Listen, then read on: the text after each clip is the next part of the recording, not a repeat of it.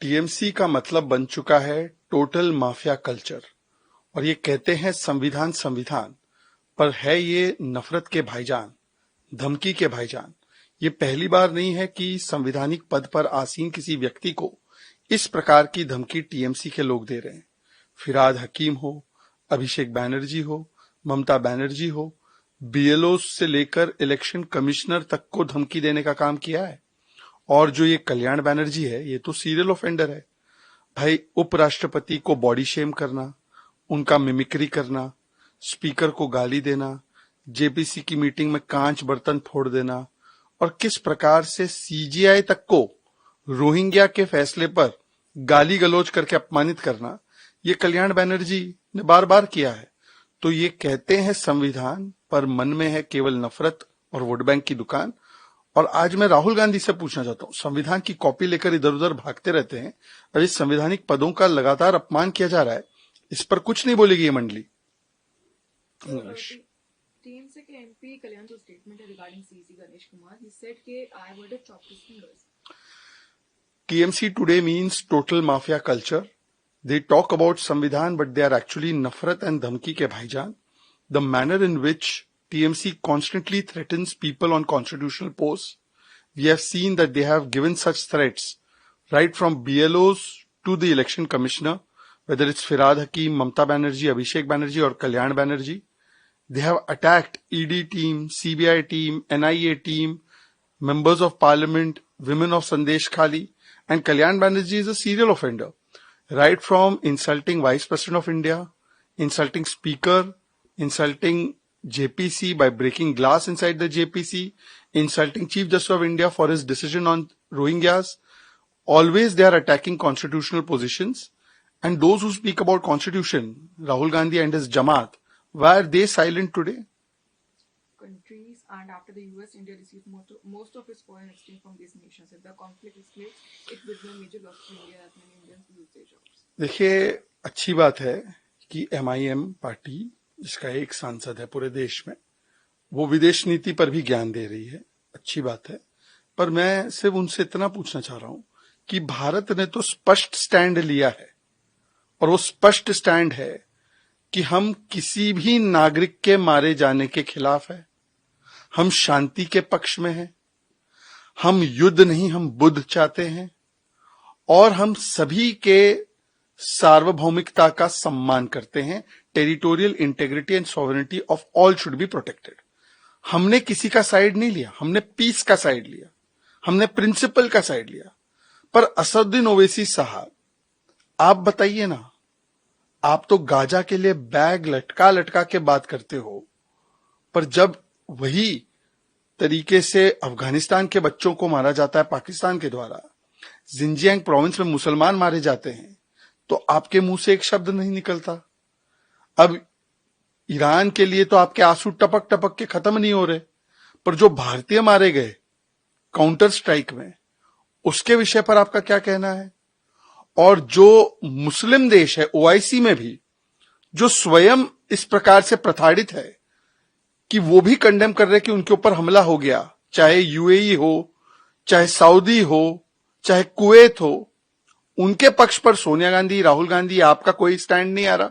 तो सिलेक्टिव अगर कोई है तो वो आप लोग हैं। Shiv Sena chief Uddhav Thackeray said BJP will not survive it to 2047. They are only building mountain of debt. जिनकी खुद की पार्टी 2027 तक चलेगी कि नहीं पता नहीं, जो सबसे बड़ा दल होने के बाद भी अपने गठबंधन में राज्यसभा सांसद नहीं भेज पा रहे हैं, और शरद पवार जी को भेजने की मजबूरी है उनकी, और जिनकी पार्टी खुद टूटकर बिखर गई है, और जो केवल पार्टी ही नहीं बल्कि विचारधारा से भी अपने आप को अलग कर दिए हैं, और उद्धव सेना से अब सोनिया जी की सेना बन चुके हैं, राहुल जी की सेना, राहुल जी की लश्कर बन चुके हैं। कम से कम वो लोग तो ऐसी बात ना बोले जिनकी खुद की 27 तक की गारंटी ना। तो मुझे लगता है कि उद्धव सेना जी 27 तक चलेंगे, इसकी पहली वो अपनी पार्टी में देख ले, परंतु दूसरों के बारे में टीका टिप्पणी करना बंद करे। महाराष्ट्र की जनता ने भारतीय जनता पार्टी और महायुति को एक नहीं बार बार स्पष्ट मैंडेट दिया है। अब ये विधानसभा में हुआ, उसके बाद लोकल पोल्स हुए, उसके बाद कॉरपोरेशन के चुनाव हुए, और आप तो मुंबई में भी नहीं रह पाए, मुंबई की बीएमसी में भी आप नहीं बचे हैं, आपकी एग्जिस्टेंस खत्म हो गई है। ये कहना है कि India is not successful at AI and there are two players in the AI game, United States and China. You see, for Rahul Gandhi, AI means anti-India, against India. So he has to spew venom against India. Without that, he cannot survive. He is LOP, leader of propaganda. We have just held world's largest AI summit. But what Congress did? They stripped themselves. And half-naked Congress people went to the AI summit and they tried to disrupt it. And even the Congress leaders like Margaret Alva, Manishankar Iyer, others in the alliance, Akhilesh Yadav, they have condemned Congress for this kind of actions. Because in Modi Virod, they do Desh Virod. And who is this Rahul Gandhi to say this? Rahul Gandhi, when we are registering 8% economic growth, says economy is dead. Rahul Gandhi, when we are doing election after election and the world is praising our election system, he says democracy is dead. Rahul Gandhi, when the Operation Sindoor is acknowledged by the entire world, he says that Operation Sindoor was a failure, Sena ki pitai ho gayi. And Rahul Gandhi's stated objective is, I want to fight the Indian state. So in his agenda to fight Modi ji and BJP, he is fighting India itself. And therefore when AI summit, the entire world has acknowledged our prowess, $200 billion plus investment has come in. Top tech companies and top heads of states, including Emmanuel Macron ji, were there, and they have praised India. At that time, Rahul Gandhi is saying that we have failed at AI. Now you have to take a decision whether you want to believe Sam Altman, Sundar Pichai, Emmanuel Macron, or you want to believe Rahul Gandhi on AI. Actually, India is not successful at AI, and there are two main players in the AI game. One is United States, and other is China. देखिए, जब आपका agenda ही AI का मतलब रखना हो कि anti India, against India, मतलब भारत के खिलाफ दुष्प्रचार फैलाना, एलओपी का मतलब ही बना दिया कि leader of propaganda, propaganda Bharat के खिलाफ फैलाना। भारत अगर आर्थिक रूप से आगे बढ़े तो बोलना इकोनॉमी डेड, भारत वैक्सीन बनाए तो बोलना वैक्सीन जो है खराब है, यूपीआई भारत आगे बढ़े तो बोलना यूपीआई किसको समझेगा, अगर भारत की सेना ऑपरेशन सिंदूर में पाकिस्तान को कूट दे तो बोले भाई ऑपरेशन सिंदूर फेलियर है। तो हर भारत की उपलब्धि को मोदी विरोध में, देश विरोध में उतरते हुए उसको कम करके बताना, ये राहुल गांधी का सोरोस वाला एजेंट बन चुके हैं वो, इसीलिए वो भारत विरोधी ही बोलते हैं। परंतु सवाल ये बनता है कि हमने तो देखा है ना कि एआई समिट में पूरी दुनिया ने भारत का लोहा माना, 20 राष्ट्रीय अध्यक्ष आए, टेक कंपनीज के सभी बड़े कंपनीज और उनके मालिक भारत में थे। अब सैम ऑल्टमैन की बात सुने, सुंदर पिचाई की बात सुने, $200 बिलियन का इन्वेस्टमेंट हो रहा है वो देखे, इमैनुअल मैक्रोन की बात सुने जो कहते हैं कि भारत ने डिजिटल आइडेंटिटी क्रिएट की सबके लिए, या राहुल गांधी की बात सुने जिनके अधनंगे कांग्रेसी इधर से उधर भाग रहे थे और डिस्टर्ब कर रहे थे, जिसका खंडन अखिलेश यादव जी ने किया। So there is another statement from Rahul Gandhi. Education system is under ideological attack. If you look at the number of vice chancellors, there are larger number of them are simply made from because they belong to the RSS and subscribe to the particular ideology. Rahul Gandhi ji देश के प्रधानमंत्री भी RSS से ही आते हैं। देश की Bharatiya Janata party जो है वो भी, उसमें कई सारे मुख्यमंत्री, मंत्री के रूप में काम करने वाले, सेवा करने वाले और करोड़ों कार्यकर्ता भी आरएसएस से आते हैं।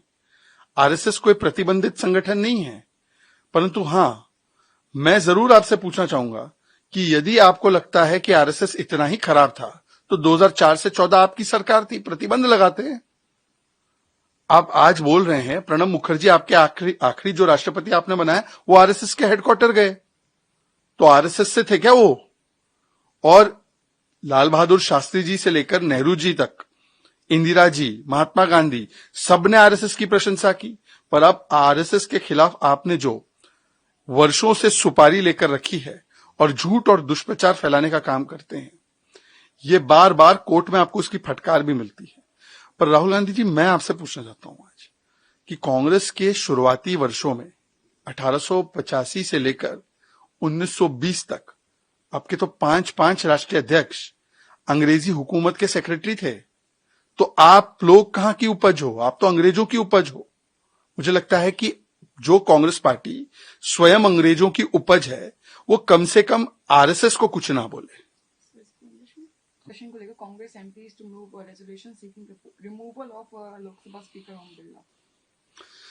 देखिए, हर संवैधानिक संस्था के खिलाफ नो कॉन्फिडेंस मोशन लाना ये राहुल गांधी का एजेंडा बन चुका है, क्योंकि देश की जनता को राहुल गांधी में कॉन्फिडेंस नहीं है। इसीलिए आप देखिए, कभी प्रेसिडेंट के खिलाफ, कभी वाइस प्रेसिडेंट के खिलाफ, कभी प्राइम मिनिस्टर के खिलाफ, कभी चीफ जस्टिस ऑफ इंडिया के खिलाफ, कभी इलेक्शन कमिश्नर के खिलाफ, कभी स्पीकर के खिलाफ। पहले जाकर स्पीकर को अपमानित करेंगे, पार्लियामेंट में रूल्स को तोड़ेंगे, मैगजीन को कोट करेंगे जो अलाउड नहीं है।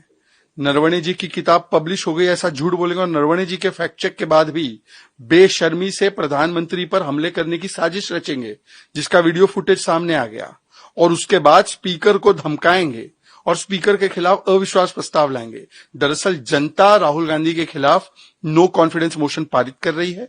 95 चुनाव में हराया है। अब तो कांग्रेस के एलाई पार्टनर भी, चाहे अखिलेश जी हो, चाहे ममता जी हो, चाहे उद्धव सेना हो, ये सभी लोग राहुल गांधी के खिलाफ अविश्वास प्रस्ताव ला रहे हैं। अब जो खुद ही नो कॉन्फिडेंस मोशन से ग्रसित है, वो दूसरों पर और संवैधानिक संस्थाओं पर इस प्रकार के हमले करते रहते हैं। MPs to move resolution seeking removal of Lok Sabha Speaker Om Birla in the budget session. You see, Congress has itself got so much no confidence motion against Rahul. 95 no confidence motions from people of India during elections. Now continuously no confidence motion is coming from Akhilesh Yadav, from TMC, from Uddhav Sena on the shirtless, topless, characterless act that they have done in AI summit. Now Congress, to escape from that no confidence motion, always tries to bring no confidence against constitutional bodies. They try to insult Ambedkar ji's constitution, and therefore sometimes they bring it against president, vice president, speaker, chairman, then prime minister, CEC, CJI. Every constitutional institution is on the red target of Congress party, because Rahul Gandhi is not getting the confidence of the people. Therefore, he is bringing no confidence against constitutional bodies.